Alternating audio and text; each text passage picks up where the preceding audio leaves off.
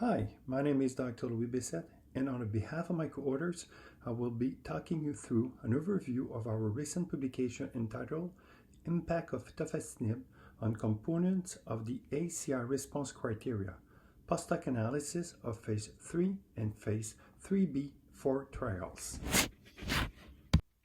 The American College of Rheumatology, or ACR, response criteria are a common composite measure of treatment response and are frequently used as outcome measures in clinical trials of rheumatoid arthritis.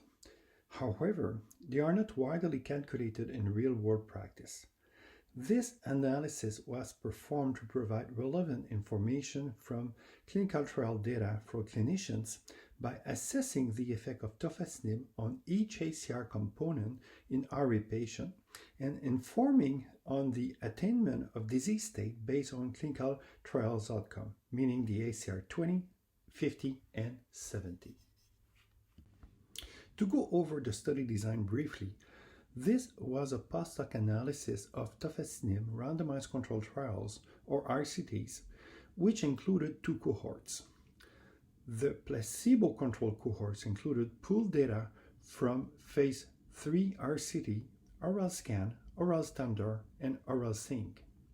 These studies assessed tofacitinib 5 and 10 mg twice daily, adalimumab or placebo, taken with conventional synthetic DMARDs in patients with active RA. The head-to-head cohort included data from a Phase 3b/4 RCT, oral strategy, which assessed tofacitinib versus adalimumab. Key outcomes from the post-hoc analysis are listed here.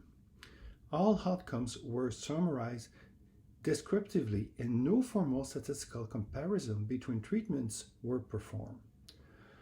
I'll share a few highlights of these results in the following slide, focusing mainly on the placebo-controlled cohort.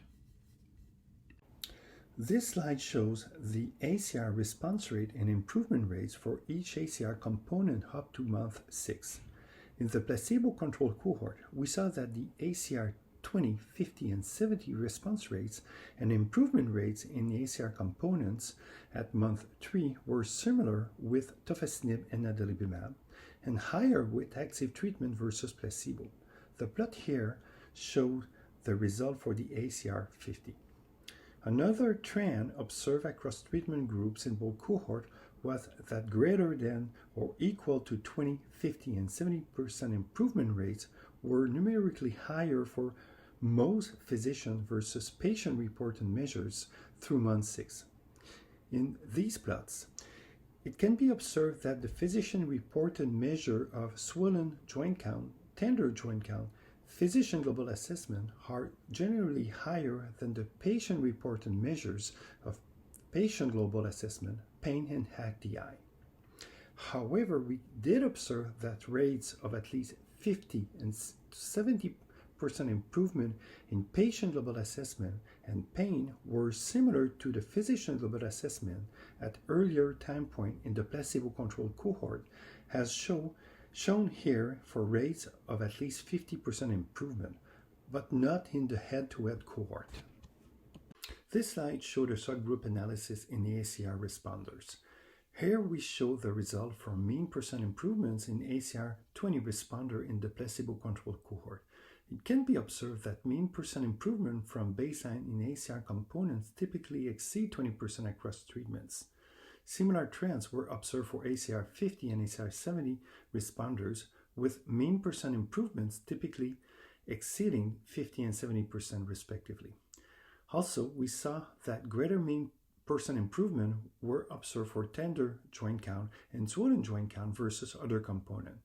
Notably, for ACR 20 responder receiving tofacitinib, mean percent improvement from baseline in tender joint count and swollen joint count exceeded 70%. Similar findings were observed in the head-to-head cohort.